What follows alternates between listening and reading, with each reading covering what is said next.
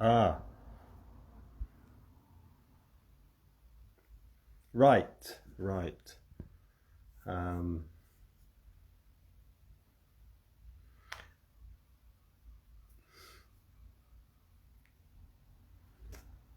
I think Nicole is has to.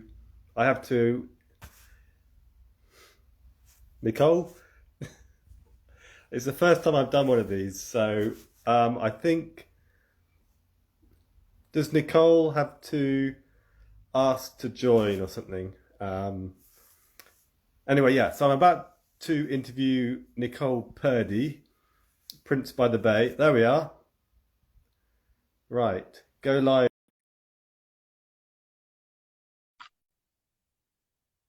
Is this happening? Hello. Hello, hello. Hi. Are you okay? I'm good. You good? Yeah, good. Just setting up my. Oh, I've got my little phone holder that I was telling you about. Yeah, me too. Me too. How's it going?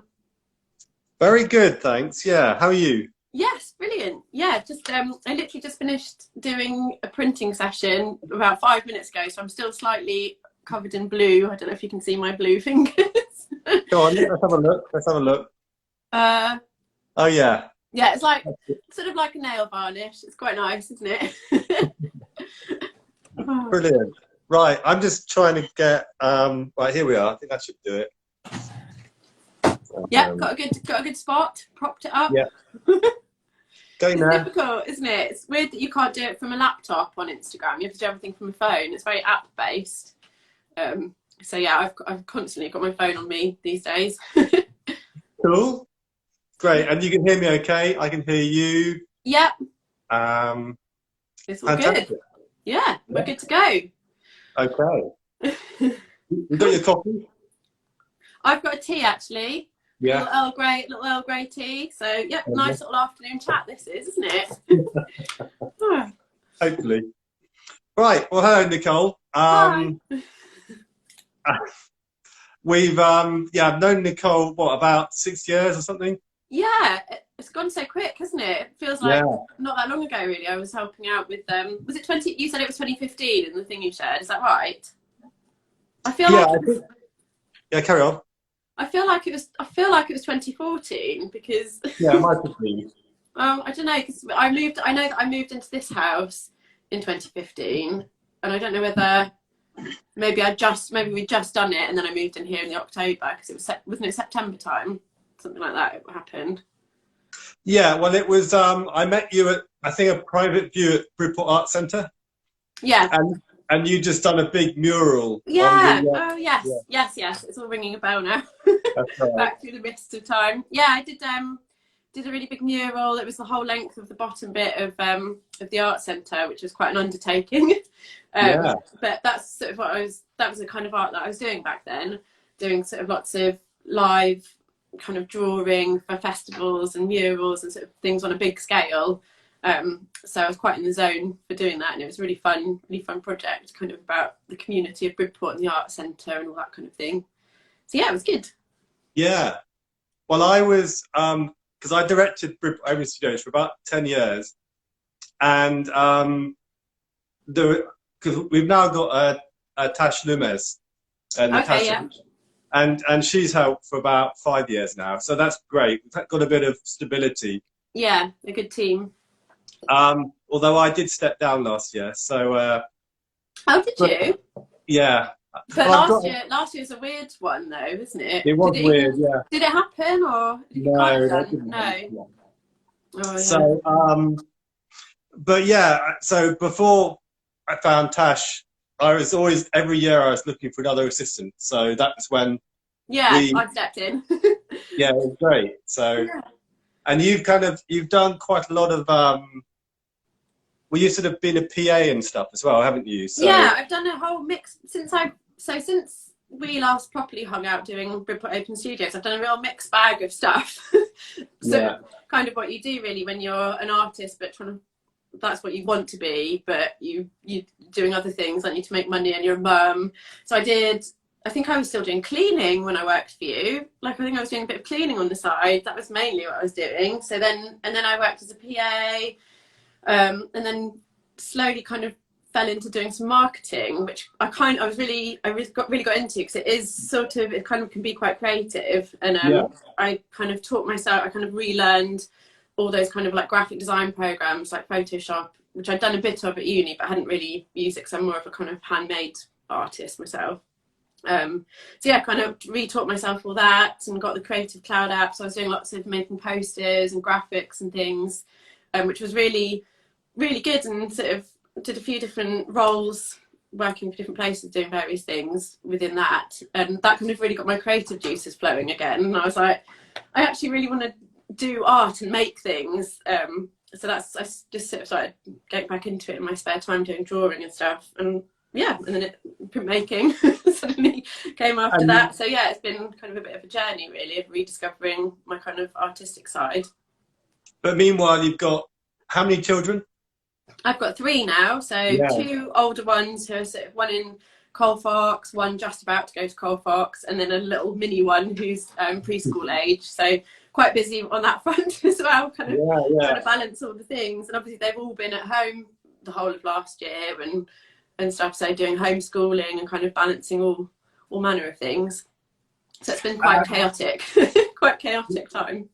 I don't know how you do it, really. And if you're doing lockdown, you've just got so much on your hands, haven't you? Well, I did and I didn't. I just been recruited for Arts Reach over in Dorchester in the February just before obviously coronavirus hit, and it was like a dream job, like just really, really excited about it. And then obviously it being kind of mainly theatre based, the pandemic just really hit it, and they didn't need or could afford a marketing person. So I was made redundant in August, and initially I was like, oh my god, what am I going to do? It's the end. And managed to find some pub work, which was really, really good, really useful, and also had lots of time to suddenly do art at home, because what with furlough and everything. So I was like, right, this is my chance. I'm just going to do it. You know, just getting started and doing it every day. Kind of suddenly you get the ball rolling and you really get into it. And it's become a way of life, and I can't ever imagine not doing it, which is just fantastic. So I look at the pandemic with a kind of bittersweet. It's been so awful for so many people everywhere, but then at the same time I know lots of people that have really discovered their kind of creative side and really worked on things and businesses and stuff, so it's been really good in that respect. No, I agree. I mean, like these interviews, I've been really enjoying some of the live interviews you get. Yeah, really, it's really interesting, isn't it? You really get an insight into people's little worlds. That's right. So I mean, obviously we can talk a bit more about Instagram, because you're now up. You're almost 11,000 now, aren't you? You're like, I am. It's really incredible. It's like I still don't really believe it. I'm like, what? Who are all these people? What are they doing? But it's amazing. It's like a dream come true, to be honest. So, and I did say to you when you asked me to do this interview that I don't in any way feel like an expert, but I do have like a few sort of tips and stuff to share, because it is just such a good tool for an artist in in 2021, because it's just so visual. It's such a visual platform, and you don't get all this. You tend not to do so much scrolling like you do on Facebook, and it's all just people's opinions. It's there's the art, there it is, and it can become a gallery in itself, and it's just really it's really, really useful, and you can potentially connect with people all over the world. So that's right. Yeah, it's fantastic. It does involve quite a bit of effort and input. So if you're prepared to do that, then you can go quite far with it, really. It's the world's your oyster. Well, I guess it's like any business, isn't it? Where you have to be willing to put in the time and the work and the effort. And I imagine that you put in a lot of time and effort. Yeah, sometimes to the detriment of my family getting a bit annoyed with me because I'm constantly on my phone. I feel like a teenager sometimes, where I'm just like, Dad, and this will make a good, and you sort of start seeing the world and how you can Instagram it or something. So I suppose that's a negative. But the thing is, it's sort of not like a 9 to 5 thing that people you sort of, if you go like dig into the algorithms a bit and you can look at the insights of your page, people are on it and sort of reacting to things that are at different times. So it's really, you know, to try and maximize people seeing it and seeing your stuff, you have to kind of post at strategic times and things like that. So there's quite a sort of art to it, and obviously it's kind of, you need to be kind of doing it every day really and sort of planning ahead. So it's a bit of an undertaking, but you soon, if you're into it and you kind of, once you've been doing it for a while, it's just become second nature, kind of gathering the content that you want to share. So yeah, you've got lots of hats on, haven't you? And I guess the marketing that you did, that was really, really helpful, definitely, for sort of getting into the mindset of what people want to see, and just sort of knowing your audience and figuring out what works, and, you know, all that sort of thing, and kind of branding as well. But it's very, very important to have a strong brand and a strong look. I know that there are some, you know, definitely not to like mix up. I've got a separate personal Instagram account which I share photos of, you know, my cats and my children and me and my partner and stuff, but this account is purely art based, and you won't see any other kind of photos of that. Perhaps on stories sometimes if I'm out for a nice walk and it's something that's relevant, like the sea or something like that, but definitely not on the grid. That's kind of like art stuff. The same sort of colours and that kind of thing. So yeah, you to sort of do well at it, you kind of have to have lots of different hats, like you say, the marketing hat, if you're looking to sell stuff, that kind of thing, and then the photographer hat for making things look nice and arranging stuff, good composition for your photos, and then kind of connecting with people as well. And that's the other side of it, because it is a social network. You kind of get most out of it if you find others that are kind of doing a similar thing and connect with them, and just make connections. That's what it's all about, really. And then you've also got your website and your Etsy. I'm actually trying to move away from Etsy now, just because they take quite a hefty cut of your takings, which is good when you're first starting out, like I was, and kind of, it was more of a hobby then. But as you start to sort of sell more, it's kind of a bit shocking when you get their sort of bill through of how much they're taking. So and I just wanted to, and also I wanted the autonomy of it being mine, because Etsy owns all of the businesses on there. Etsy owns them, and if they decide that you're not towing the line, they can shut your shop down with no notice really, which is quite scary. So I'm literally about to launch a new shop that's just mine.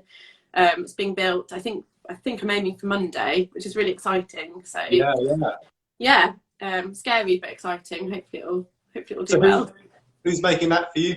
Do you know Lou Buchanan? She's a local lady. I think she's moved down relatively recently. I don't think she's been here that long, but she does lots of graphic design stuff. Really nice, really nice branding that she does, and she's working away on it in the background for me, which is fabulous. And she's made it look, because I have a bit of knowledge about the back ends of websites just from the marketing that I've done, but for a shop and all the kind of coding that it needs and getting it looking right, I was a bit like, I need someone else to do this for me, just to make sure it's perfect, which is really good. So we should just explain that Nicole and I are both in the same town. Bridport. You're just down the street there. And in Bridport, in southwest Dorset. And you've been here since the mid-90s, haven't you, I think? So me and my family relocated here when I was, I think it was 1995. So how old does that make me? I can't do the maths. Oh my god. I don't know, 11ish. I was about 11. And then I lived away for a little bit, obviously when I went to uni, and in sort of my early 20s I was away, but it's drawn me back with its amazingness, because it's just such a wonderful place, Bridport. It's like a little gem, isn't it? And everyone wants to be here now. It's becoming really buzzy. I've got lots of friends that have moved down here, so they're all coming. And it's just so arty and lovely and different, so I wouldn't be anywhere else really. That's right. And before COVID, you were sort of planning to do more art fairs and things like that, weren't you? And obviously we don't know when that's going to start again. It's difficult, isn't it? You can't really plan anything like that. I was hoping to do some, but actually the online thing is really is just so easy. You don't have to lug all Yeah. your stuff everywhere, and prints and cards are so difficult to set up if you're in an outside print fair as well. Like in summer, the slight gust of wind, and they all come flapping down, and it's just really stressful, isn't it? You don't know how much stock to bring. So being able to send stuff online to people to their homes, and I can write gift messages for people if they want, so you can get it sent to someone else for a present. It's just really easy and really good. So but I am looking forward to seeing people in real life and having that actual face-to-face again. It'll just be really lovely. I don't know if there are any planned for this summer. I haven't heard of any, not around here anyway. No, I don't. No, I think we're all still so cautious, aren't we? So, yeah, I think it's like more of 2022 will be the year of the print fair, hopefully. But it was funny because you know, I'm in my studio now, and then downstairs I've got my gallery. Have you seen my gallery yet? I haven't been there. I haven't, but I've actually took a tour around that house because a friend of my partner's was looking to move down and buy it, and it's just such an amazing property that I can imagine a gallery looking fantastic in those. Is it in the first, as you come in off the street, the first 2 rooms? Yeah. So the ground floor is like big. It's a Georgian, lovely old Georgian house. Yeah, lovely. And it's just perfect for me because it's got the gallery on the ground floor, studio on the first floor, and then accommodation upstairs. Yeah, really nice, perfect. And during COVID, I've made about 50 stretchers. So I construct them in the gallery, take them up to the attic where I stretch them, bring them back down to the gallery where I prime them, and then bring them back up to my box room where I store them. Oh, so it's a bit of that's like a workout, isn't it? A workout regime you've got going there, Kit. So if you need to go for a run or whatever, just do that, lugging up and down all the stairs. Oh wow, that sounds great. Anyway, you'll have to pop in now that I'm allowed to open again. Yeah. It's mainly Saturdays I open, so I'll come and have a look because I've been meaning to do it because we keep bumping into each other in town, don't we? And you're like, have you been to the gallery? And I'm like, no. I will. I've just been a bit of a hermit. I've literally, all I do is work in my studio and make things and print, and it's been really lovely. It's like a real little bubble of just amazingness. But I've been quite anti-social. I mean, it's been good because you don't have to be social, do you? But now it's probably the time to start leaving the house and going and doing things. I went up to Bath yesterday and saw an exhibition at Beaux-Arts Bath. Did you? Oh, lovely. And that was just so good. Yeah. I realised how in Bridport I've just been in my own head. You know. Yeah, it's so easy to be, isn't it? Yeah. And just being in a different place was wonderful. Yeah. So, I know. I got contacted quite last minute by a gallery in Salisbury the other day, just saying that they were doing a printmaking exhibition and they've had someone dropped out or something. It was planned for, obviously, it was something that had been moved. It was planned for last year and then moved to this year, and then someone couldn't make it. Oh God, can you send some stuff? So I quickly just sent what I had. And I'm like, I just wish I could go over, and it's a bit far, isn't it, Salisbury? It's not like you can just pop in. Yeah, a bit of a jaunt. Yeah. Although it's on until May, so I might be able to get over one weekend. It'd be nice just to go get out to Bridport and do something else. That's you should. Yeah, it's. I mean, we're lucky in this town because it's like you say, it's so beautiful and the community and everything. Yeah, But I'm looking forward to going a few places in the UK and having a little visit. Definitely. It's the time, isn't it? You don't really realise how much you enjoy something until you're like not allowed to do it anymore. Going off travelling about, visiting other places is always a nice thing. So it was funny though because I basically run my gallery and I've got a website. It's called Bridport Contemporary, and I've got Instagram and all that. And I sold a painting by a friend of mine a couple of weeks ago, or last week sometime, and a guy came to pick it up, and I'd hung it in the gallery, so he could come into the gallery and look at it, And he said to me, "You're so old school." Oh yeah, remember you mentioned this story. And it's like, well, I am old school, I kind of. Yeah. I'm used to writing press releases, you know, Yeah. and yeah, doing private views and you know, selling people face to face and all that kind of Yeah. stuff. The And this connection. what's that? I said it's the connection, isn't it? The face The to face connection, thing. yeah. And he's basically he was an artist as well, based in Poole, Okay. and you know, he's got 200,000 followers. Oh yes, I Um, remember you mentioned him. that's Gosh, right. so he's like on the next level, isn't he? He's on the kind of famous tier. That's right. And he's selling work all over the world, Yeah, and it's funny though because I think it's quite easy to be jealous of someone, you know, whether they have 10,000 followers or yeah, 100,000. But I think, you know, we all have to, I don't know, we have to find our comfort zone, don't we? Where, yeah. Oh, absolutely. It's a weird one because the whole followers thing. I mean, it's so. I think in some part it's the effort you put in, but also it's just luck as well. yeah, Of yeah, if you, because I for ages I was sort of just at a kind of like reasonable amount, and then something, I don't know what changed, but there was definitely like a turning point where suddenly I seemed to be being picked up by the Instagram algorithm and right, being shown in the hashtags that I was posting and stuff, and I noticed like there was a sudden like change in that, and I don't know why. I don't really know why, whether it was, I know that I've definitely tried to be more on brand. Like every photo that I take now is usually quite styled, yeah, because I know that I think I did that once and realised that it worked and it got more yeah, interest. And then I was like, aha, aha, light bulb, this is what works. And it's sort of, so I don't know. I don't know whether it's just luck of the draw or I don't know what it is. I can't. I mean, if you had the answer to that, then everyone would have yeah. loads, wouldn't you? So I think it's just a combination of factors and like just making sure that you maintain a kind of steady flow of stuff and work.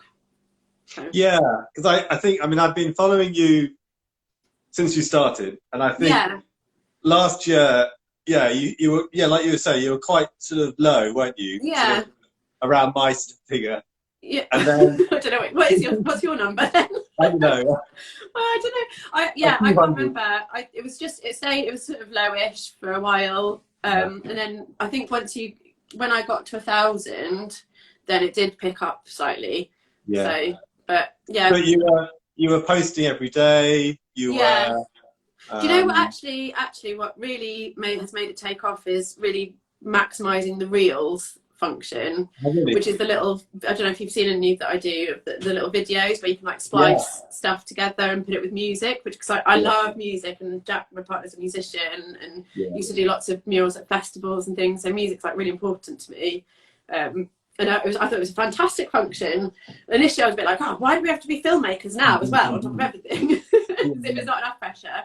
But when I tried my first one, I was hooked, and I was like, this is brilliant. Yeah. And you can sort of line things up and have a bit of fun with it. You can do all sorts with them, and they are really good because unlike your sort of grid posts, they can get picked up, and there's like an explore tab is what it's called, and they Yeah. can just, the reels can just stay in there for ages, and Instagram sort of picks them up and just shows them to people when they're scrolling through, and so they can just stay there garnering likes and reaching people for quite some time. They can continue on.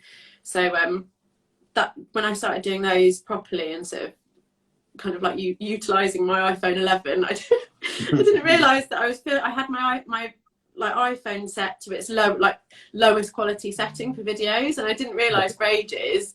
And I was thinking about investing in a really expensive camera, and then Jack was just like, you're on the lowest setting, and so I switched that over, and suddenly it was in 4K and everything looked amazing, and so they all just look a lot better now.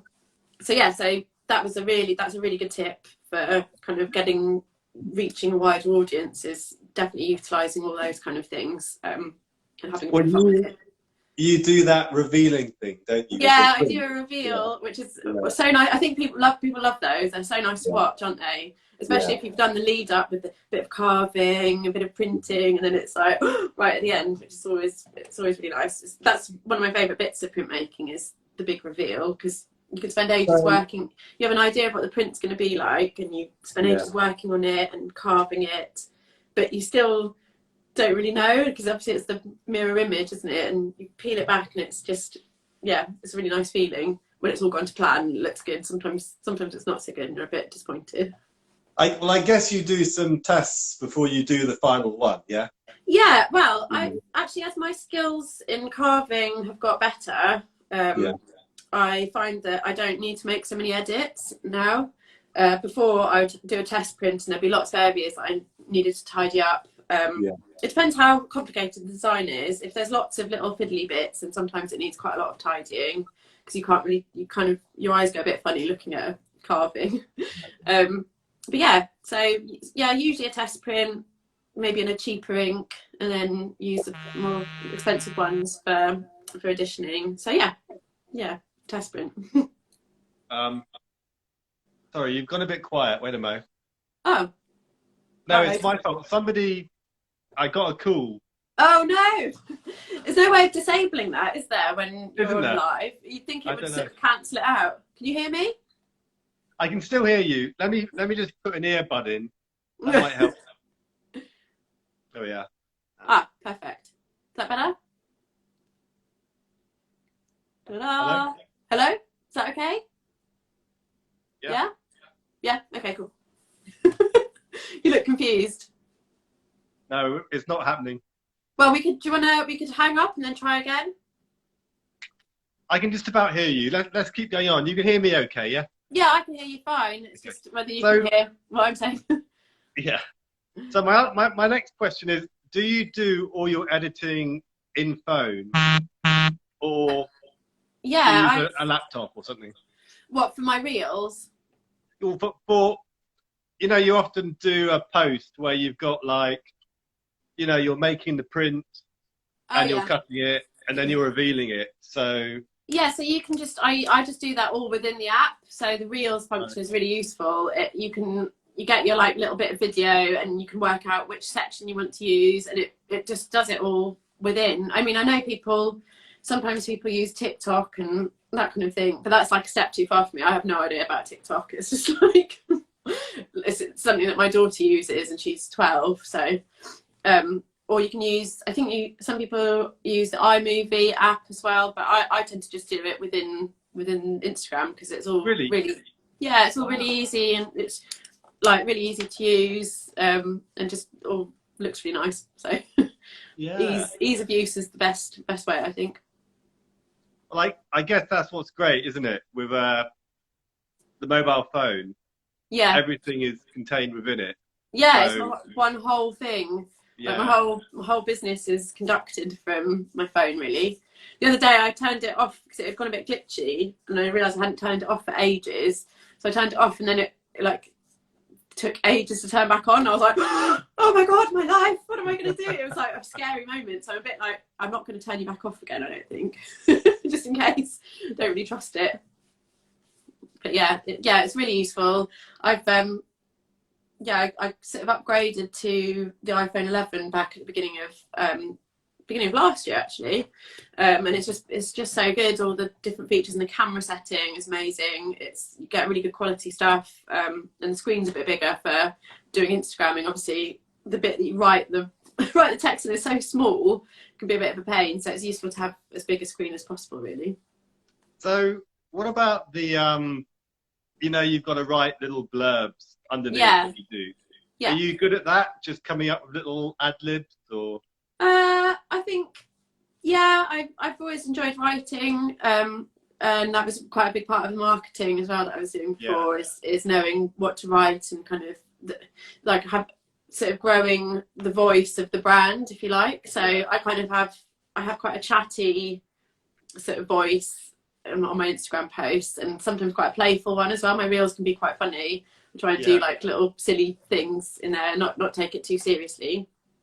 So yeah, I've got into there are sometimes when I feel like I'm posting just for the sake of posting, because I haven't done it that day, and sometimes those blurbs are a bit difficult to write if you're a bit so you have to try and find something to say, maybe about not so much, but in general, I just really enjoy doing it. So I think that's the main thing, and you can see that I think people can see that I'm really into it, and I like doing it, and I like talking about my work, and I like connecting with people. And there are lots of my followers are probably people at the start of their lino cut journey, and I really enjoy connecting with them and helping them and sort of sharing my knowledge, if you like, about it. And you know, just because I was that once. So, and I remember sort of like commenting or asking questions to people who had lots of followers and I really admired, and never getting replies back and being a bit like, oh. So I kind of want to be the opposite of that. I want to be really approachable and nice and sort of down to earth and share that, because, like, you know, it could help them a long way. I think I also might be a bit of a perfectionist sometimes. Yeah. And maybe it's good just to get into the habit of posting stuff, like you say. Yeah. Every day, and just going, this is what I'm doing today, or something, or just being for a walk. And you can mix it up as well. I like to do some posts about kind of, you can do like details of what you're working on, sort of close-up stuff, and then mixing it up with like a proper print that's done, and just things like that, bits of your studio, just different things, so it's not always the same kind of content, just so that it's more interesting as a viewer to kind of to look at. It's funny talking to you, actually, because I realised that, you know, you said that you're not an expert, but you actually do have a lot of really good knowledge, don't you?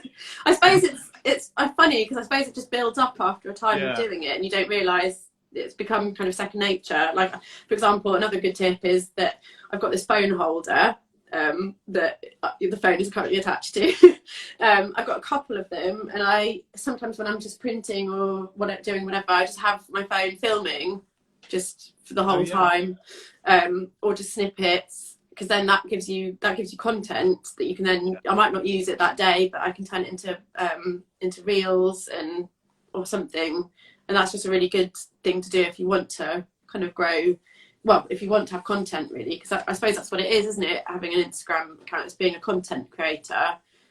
Sometimes it's like it's difficult, isn't it? Because you want to be an artist, but if you also want to do well on Instagram, you have to kind of like sit in the middle and be like a content creator as well, which some people might not be into doing, and that's fine. But if you want to reach this wider audience and get your art out there and sort of connect with people, that's what you have to do. So it's quite useful to just have it on in the background and get these. I mean, it's funny because earlier you were saying that it's kind of second nature now, isn't it? Yeah. But I imagine it's like, you know, you've got all of these things you're doing, aren't you? You're filming. Yeah. Yourself. So you've got like a tripod, so you can film when you're doing stuff. Yeah. You're making your time lapse. I've got all these like bits of kit now that are just like, so there's a tripod, there's like a sort of bendy arm camera to get like the sort of shots that are from lots of different angles and shots and things, so that it's kind of just, it piques people's interest rather than the same sort of thing as what I've learned that people like. They like, but also it shows that you're taking it seriously, you know, and you're investing in the you know, the technology, aren't you? And I've really embraced it. I mean, there's a lot of bad stuff about, a lot of stuff that I don't like about social media. In fact, I barely go on Facebook these days, apart from just to share stuff about my artwork, which is probably, maybe it's spamming people, I don't know. But because I just find it really depressing, and you can just get lost in scrolling through nonsense, can't you? And lots of people's opinions and trolling, and I don't really like that side. Well, but I really like the kind of, there's a really lovely art community on Instagram. It's just fantastic, and you can ask people questions and get tips and knowledge. And just I've made like a whole load of, like, I consider them my printmaking friends. That are just, it's just really lovely. And it was really nice during lockdown, when you don't get to see so many people, to have that kind of, even though it's not real, it kind of is as well. It was like a little safety net of kind of comfort to have. It was a really nice experience. Yeah, no, I agree. I mean, I love to connect with artists all over the world. Yeah. I bought some of the Artist Pledge pieces. I think you did that, didn't you? The Artist Pledge. I don't think I did an Artist Pledge because at the No? time it was when I didn't think no one was buying my work back then. Yeah. Actually, I think because was it at the start of summer last year or something like that, or the start of lockdown? Yeah, it was back in like May, June, I think. Wasn't Yeah, it? so I don't think I'd really made any sales until then at that point. So I didn't have the confidence to sort of go, oh, here's an Artist Pledge, or who would want that? I don't know. It didn't really sort of factor in as a thing. I was just sort of I was just experimenting kind of as a hobby, really. So I didn't actually take part. I think what I found interesting about it was that I bought a few pieces. I bought some drawings from a New York artist, and whose name I can't remember now. And they arrived, you know, a month later in the post. Yeah. And beautiful thing. And of course, in real life, they were even better than online. Yeah, of course. And I think that has really helped the whole Instagram thing take off, I think, because, you know, you're very seldom disappointed when you receive an original artwork. Yeah. You know, like with you, I'm sure people will love what they see. They go, oh, that's, you know, beautifully drawn. You've got like a lovely kind of style. Yeah.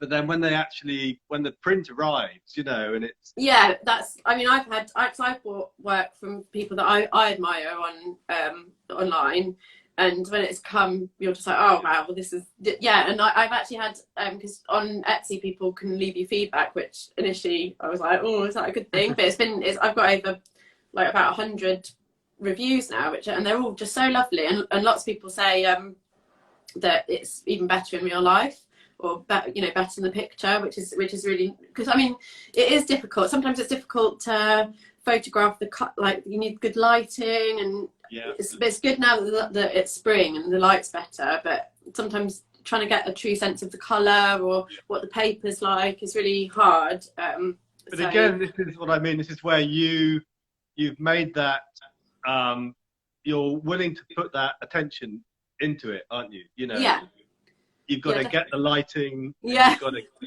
I am, like when you said you're a perfectionist earlier, I am now. Like there's a level, I think, when you find yourself at the kind of sort of the 10k around there, you might not realise it, but there's like a level of quality that people expect from like a post or something from you. And I kind of now I look back at when I first started it, and I just would never ever post anything like that now. But it's nice to see that journey and progression, and it's all just through trial and error, I think, sort of seeing what people, you know, I guess there would be posts that I made that suddenly got more attention than other ones I'd made up to that point, and then you sort of go, oh, that must have worked, let's try it again and do it even better. And it's just really nice. I mean, as an artist, I mean, you know this, however long you've been one for, every time someone buys your work is a joy, isn't it? Because you suddenly, it's like, oh, people do actually like what I do. That's, you know, because I think most artists make work that they like and they want to make, unless you're doing it as a commission. But even then you find an angle, don't you, that you make something that you like. So, but then to find that other people like it as well and want to part with their money for it is just a really amazing feeling. It's better than anything that I felt before, actually. So it's really quite a joyful time. So I imagine you've got the same attention to detail when you pack your print and oh yes them. Yeah, I try and I was inspired actually by some prints that I'd ordered from someone else that arrived so beautifully, rolled in lovely tissue paper with little bits of prints on and tied in twine, and it was like a present, opening a beautiful present. And I was like, oh, okay, I need to step up my game for how I send things. So learned a few tips about that, and I just want to make sure that they arrive in good condition as well, because there's nothing worse than, I've had a couple of things where people have contacted me where, generally with the smaller prints, which I send in like a really sturdy cardboard envelope, I send them flat because they're not quite so good for rolling up, and where the postman's just, even though it says please do not bend and it's a big cardboard envelope, they've just like bent it to put through the letterbox, which is just like, oh my god, what are you doing? So I've had to replace a couple of things because there's been a crease right down the middle of the print. It just seems so Oh, it's just really hard. But I suppose that's one of the kind of things with buying stuff online. You have to, sometimes this does happen. So you just have to be prepared for that, I guess. But yeah, try and package them as nicely as possible so it's a nice thing for people to open. Yeah. But I mean, sorry, you've gone quiet now. Oh no, I can't hear you. No, you're back. Oh, right, now I can hear you. Yeah, What, that was. Oh, I wish I could disable my calls. what were you just saying? Oh, remind me. What was I saying? No, when you came up to the phone just now. Oh, I had someone like a spam Alert. call. Yeah. Yeah, you went quiet. It's all yeah. Yeah, it's weird. I got a call. It was from like a number, no 800 number or something. It's probably telling me that I've been in an accident or something like that. Oh. So we should have both gone on airplane mode or something, or no, because then that disables all the internet, doesn't it? I don't know how to get around it. There must be a way, but I don't know what it. But like, very unprofessional. I know it is, isn't it? Yeah. It just shows that we're very busy and important getting all these calls through. That's right.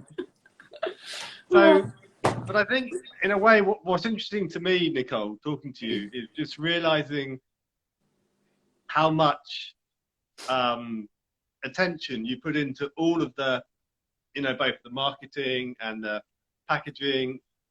You're building a new website. Yeah.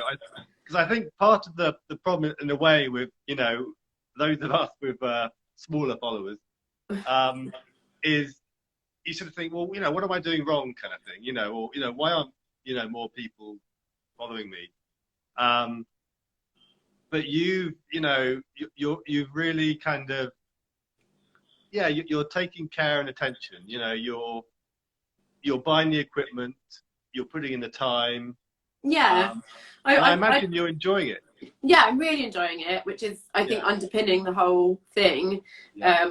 And I just, it's quite addictive as well. I've sort of, I like sharing it all. I like showing what I'm doing to others, getting feedback, connecting, seeing things online that other people are doing that I'm just like, wow, it's just all really lovely. It's been really inspiring. And I just want to make more. I feel like on a real creative role at the moment. And I've been, my journey to sort of being an artist has been a long one, because I mean, that's what I always wanted to do when I was a kid. My dad used to keep all my drawings from way back as soon as I could hold a pen. And I'd always draw the same, like these little women doing stuff. So that's been my thing that I've drawn forever. But then I went and did it at art school, and I was determined to be an artist. But then, life took a slightly different angle. I had my children quite young, and that sort of really that's been what I've been doing for most of my 20s, was being a mum and sort of finding a bit of work here and there. And I kind of sort of written off the whole being able to be an artist thing. And I thought, well, maybe I'll just do the odd doodle in my spare time. Felt a bit sort of upset about it, but kind of, oh well, let's just get on. Yeah. So it's so nice to suddenly that this is finally happening. At the age of nearly 40, my dream is sort of coming true, and it's really fantastic. And I'm so pleased and really grateful to all the people that are following along, because I mean, they're what's made this happen, really. Because and it's just brilliant. So that's why I'm putting so much time into it. Is because this is what I've wanted forever. So now's the time to strike while the iron's hot. Are you finding time as well to get inspired with your work? The more I know that the age old thing is, the more you do it, the more it happens, kind of thing, isn't it? So just every time I've got such a long, it's like on my notes thing in my phone, an ever-growing list of ideas, which I'm slowly picking my way through. So I don't ever feel like, at the moment, I don't feel like I'll get writer's block or whatever. I feel like I just keep getting new ideas for things. And I think it's finding the lino cut technique, because before then I'd done drawings. I knew I liked being handmade rather than digital. but I never felt like a piece was finished. I was never fully like pleased enough to show it to anyone or feel good about it, and I didn't know why. It just wasn't finished. And then when I sort of tried lino cutting, I just loved the process of it, the carving. It's really handmade and hands-on, just brilliant, therapeutic. But it suddenly felt like, oh, you pull the print and there it is. It's finished. That's the final piece, and I'm generally pleased with about 90% of the work, probably more than that, actually 99% I would say. There's rarely a print that I do that I'm like, oh, that's, you know, there might be elements that maybe I want to change, and it's just really fantastic. And that the technique combined, like the medium, kind of suits my work really well, and I sort of start thinking in the terms of the light and the dark. I mean, you have to be really graphic and sort of illustrative with it, because you can't do sort of shading like you would with painting. So I've started sort of thinking in the terms of lino cut, if that makes sense. So yeah, I'm just really enjoying it. I guess it's a combination of the lino cut and also the kind of the sort of obligation of Instagram as well, isn't it? Sort of pushing you to. I mean, it's sort of there is a lot going around. People are sharing other artists on Instagram that it's sort of the algorithm of Instagram is you're a content creator over an artist, i.e. if you don't post every day, then you'll start to show up less in the kind of reach and the algorithm, which I suppose is true. So you do sort of feel pressured to post every day, but I don't really see that as new work every day. There's lots of things you can post about that are interesting. So I don't feel the pressure from that side of having to make new work. But then at the same time, I feel like I have been really prolific this year. I went from having no work to like over about 35 different designs that I'm constantly making more, and so I feel like I have done lots, but not because I feel pressured to, just because I'm just really enjoying it and want to do it all the time. So I mean, I know that people do feel pressured, but I think it's more of a pressure for me. So how much time do you think is your creative process? You know, your drawing, your researching, your cutting the linos. Is it? I mean, that's most of your time, is it? And then so what do you mean in terms of how much is Instagramming, how much is doing the So I guess as well what I mean is you're documenting the process as you're creating the art, so it's all. So at the moment I say there are times when there's more admin and kind of like the print it. Now I see the creative process for me is like the thinking up the idea, the sketching, the putting a piece together and the carving. That's the kind of like the making side of it, isn't it? And then the printing now for me is more, I've kind of lumped that in with more admin now, because sometimes it's not, I don't enjoy it as much as the other side of it, but I tend to be getting quite a few orders through from various things, so I'm spending a lot of time printing, probably more than the balance is maybe slightly off, but I try and do it sort of a split so that there's more creative. It's difficult. It's a difficult balance, isn't it? So yeah, I don't know. I need to get more organised with, especially when I open my shop, with having lots of stock in already. So maybe I need to set aside several days of just printing loads of everything. So then I've got stuff, and then I can spend time on the creative side, rather than at the moment I'm kind of more of a print to order sort of person, and it's getting a bit overwhelming sometimes if a lot comes through. So yeah, I think I haven't quite got that right just yet. Yeah, well, like you say, you're learning, and I mean, I'm sure that you could, you know, like create collections of work, couldn't you? Like a dozen prints all together and things like that. That is what I've been, because I am opening my new shop, and so I wanted to be stocked up for it. So I have been sort of every 2 days printing a whole load of one design, and obviously I'm a bit limited with space how much I can hang up to dry, so I'm sort of a bit maxed out at the moment, so I have to do it in batches, but then I find that I'm like, oh yes, I'm all printed, ready for my stock opening. And then some people will buy loads of one designs, then I'm back to having to do it again. And Jack's like, maybe you should hire a printing assistant. And I'm like, no, I don't. I'm just not. I don't feel like I feel like that's sort of mass market kind of like kind of stage. Although I know that. So, you know, some artists have helpers, don't they, studio helpers and things, just to manage all the admin side of it, because it is a pain. You don't really want to be doing that. You want to be spending your time making new stuff, and that's where the split, the sort of balance of your time should go more towards the creation side rather than the admin. That artist who bought a painting from me last week, I think his partner helped him with his social media. Yeah. And his brother build the boxes that he so it's like a family affair. That's right. Yeah. Well, I have actually been using my mum quite a lot for helping with like I've run a couple of sales that I've been part of by various things on Instagram, and I had I think there was one weekend where I had about 130 orders all come in over the weekend, and I was like, wow, this is brilliant. And then the reality of that, of having to package all of those up just myself, within a time frame that Etsy sets, like, oh, you have to dispatch everything in 3 days, and it's just like, oh my god, okay. I was a bit underprepared for that. It's sort of, but everyone's been very understanding, the customers, because it's an independent thing, and I'm quite connected to my customers, and I share lots of like updates and stories about where I am with the packing thing, and everyone's very, it's a handmade piece, so they understand that it takes some time. It's not like Amazon where you have to get everything out straight the next day. So it's a really nice customer base that I've got that are really understanding and lovely and really supportive. So that's a really nice thing, and that's mainly from Instagram, that is, and the connections that I was talking about, and sort of answering everyone's questions and keeping connected with them. Yeah, no, you're doing a great job. I was just thinking, your next investment would probably be a drying rack for your print.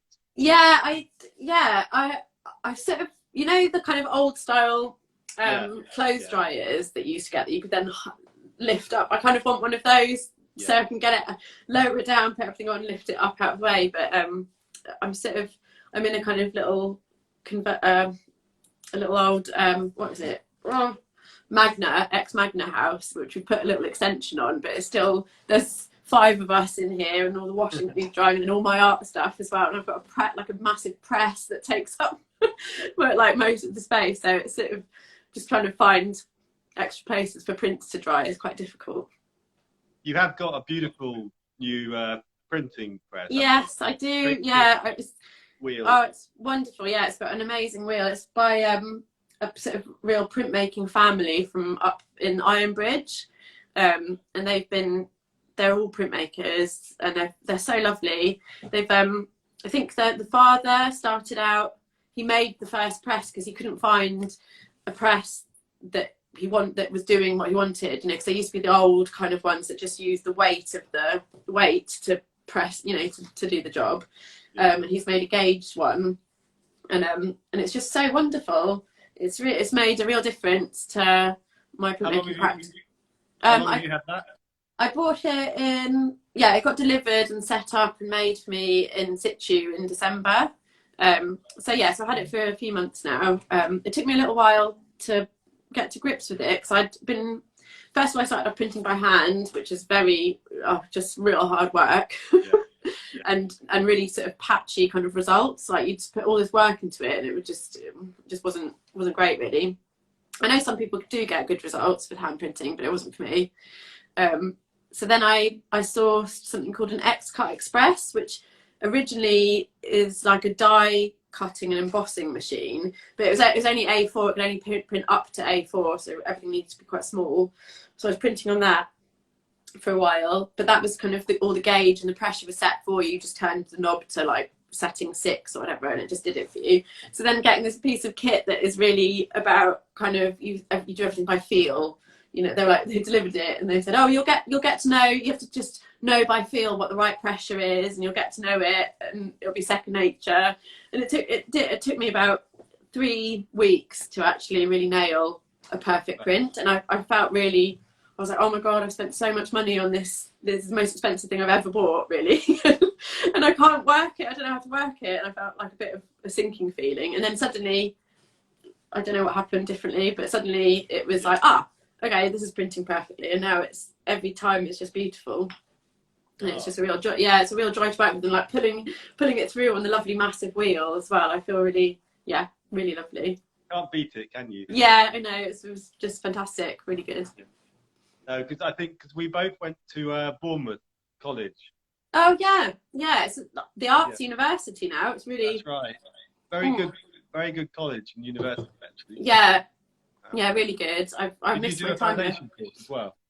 Yeah, I did a foundation at Weymouth College. Oh yeah. Where you do a bit of everything, and then illustration at Bournemouth University. It was Bournemouth Arts Institute back then when I went. Yeah. It's had lots of different hats, hasn't it? And now it's like a proper university. That's right. Yeah, that was fantastic. I loved that course. It was really, met some really lovely people. It was really nice because I hadn't really considered that illustration was a thing that I could do. I knew that I liked drawing, and I knew I didn't want to be a painter. And I felt a bit at Weymouth College, they were sort of trying to push everyone, their style, the tutor style was very painterly and abstract and sort of claggy paintings, and they were trying to push everyone to do that. And I think they're lovely, and I love when other people do them, but it just wasn't what I wanted to do. And I sort of found the illustration course off my own bat really, and kind of just did my own thing. And it was so nice to sort of meet a group of people that were all working in the same way that I like to work. So that was really, really lovely, and doing all the hand drawn stuff, and it was really good. So I imagine that nowadays you're mainly doing your own work. You don't probably have a lot of time for commissions. I've really enjoyed doing commissions, and I've done a few recently, like a mixed bag of stuff. A couple where it was just people contacting me wanting a one-off sort of print for a birthday gift, so quite a personalised thing for the person they were getting it for, and that was really nice. And then I've just finished a really exciting commission, which was for the British Council, which was just really, like, I couldn't believe that I won it, to be honest. I was like, wow, this is amazing. There was sort of 12 of us around the world, different artists that in the countries that British Council kind of like has, does stuff in, and we were all to illustrate this academic paper all about. It was really like quite sort of highbrow. I found it a bit difficult to understand initially, but it was about cultural economics and sort of creating more inclusive economies and that kind of thing. So we had to illustrate this paper that was all academic to try and make it easier for people to understand. And that was just a fantastic job to be part of. I met we did these regular Zoom meetups with the other artists. So I've made connections, some real good friends from that I would never have met otherwise. And I'm going to continue, sort of connecting with them and their art. And so that was really wonderful commission to do. So I am busy with my own stuff, but also looking to the future, I would like to do more.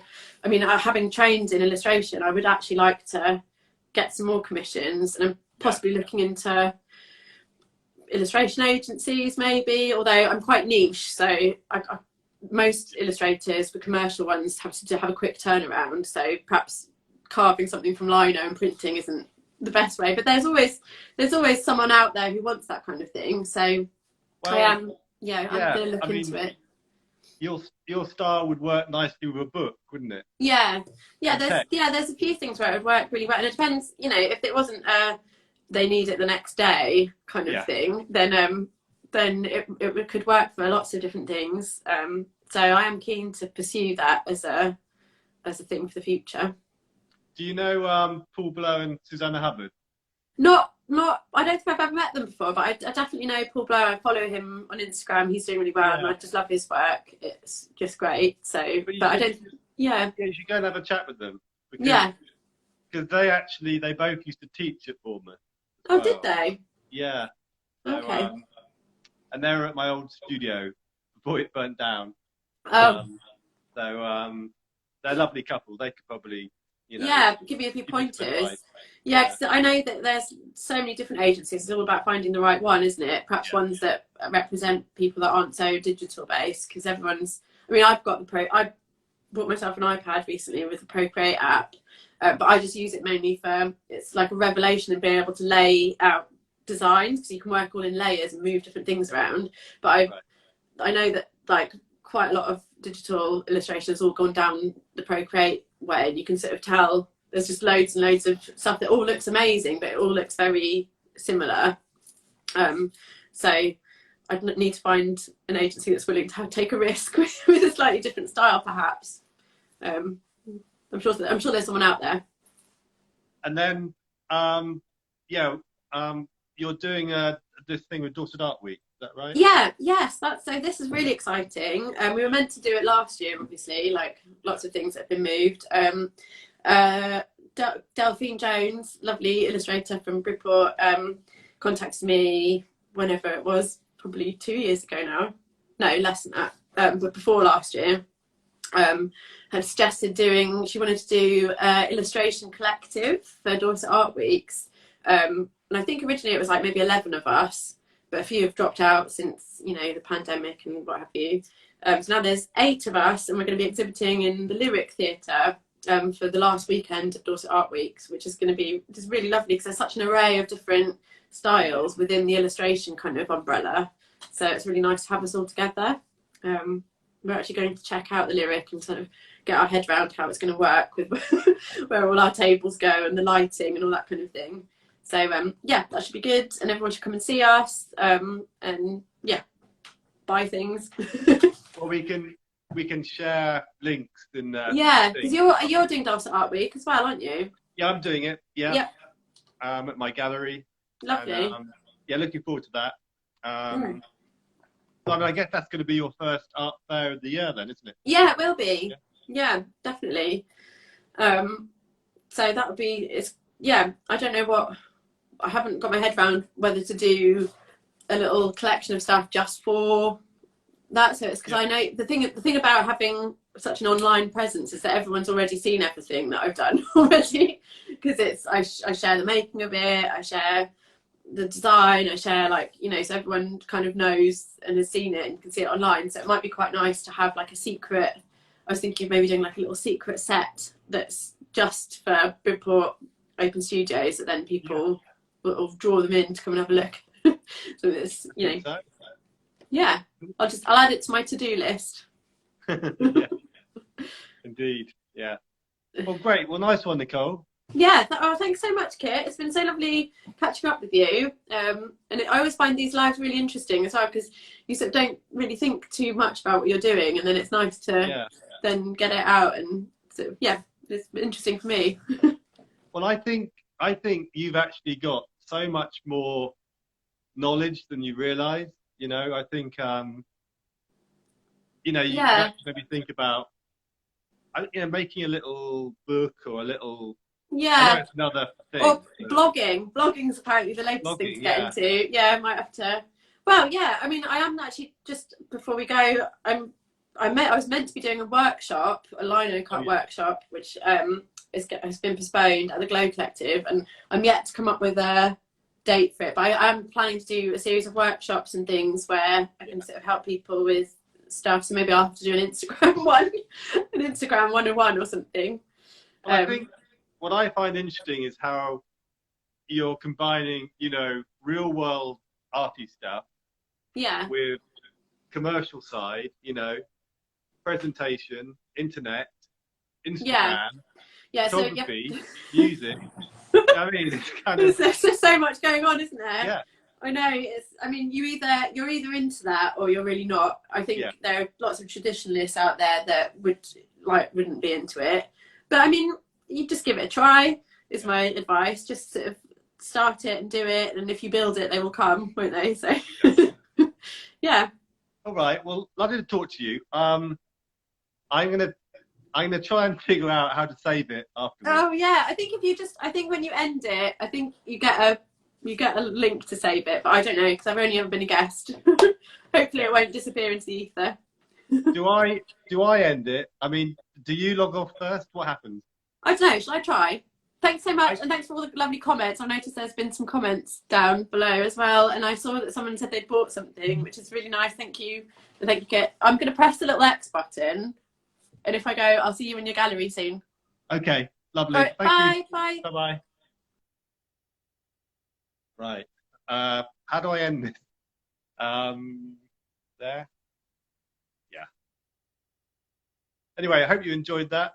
I'm going to post this now if I can save it. So thank you for watching.